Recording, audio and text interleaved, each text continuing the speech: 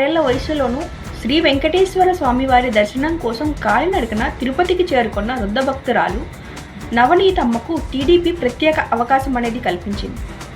ఆమెతో పాటు కుటుంబ సభ్యులకు సోమవారం ఉదయం వీఐపీ బ్రేక్ దర్శనం ఏర్పాటు చేస్తున్నట్లు టీటీడీ చైర్మన్ బిఆర్ నాయుడు ప్రకటించారు.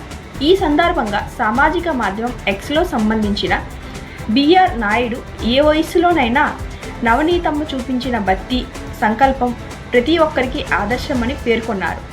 ఆమెకు శ్రీవారి ఆశీస్సులు లభించి సంపూర్ణ ఆయురారోగ్యాలతో ఉండాలని ఆకాంక్షించారు. ఆమెతో పాటు కుటుంబ సభ్యులకు ప్రత్యేక దర్శనం కల్పించడం తనకు సంతోషంగా ఉందని తెలిపారు.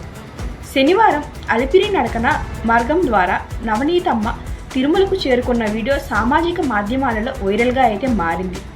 అయితే తొలుత ఆమె వివరాలు స్పష్టంగా తెలియకపోవడంతో కర్ణాటకకు చెందిన భక్తురాలుగా ప్రచారం అయితే జరిగింది. ఈ నేపథ్యంలో బిఆర్ నాయుడు స్వయంగా స్పందించి వృద్ధురాలి వివరాలు తెలిసి వారు టీటీడీని సంప్రదించాలని కోరారు.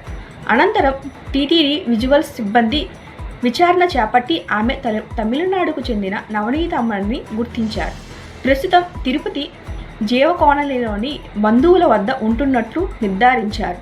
వృద్ధురాలి వివరాలు కన్ఫర్మ్ అయిన వెంటనే ఆమెకు ఆమె కుటుంబ సభ్యులకు సోమవారం ఉదయం శ్రీవారి వీఐపీ బ్రేక్ దర్శనం కల్పించాలని టీడీపీ నిర్ణయం అయితే తీసుకుంది.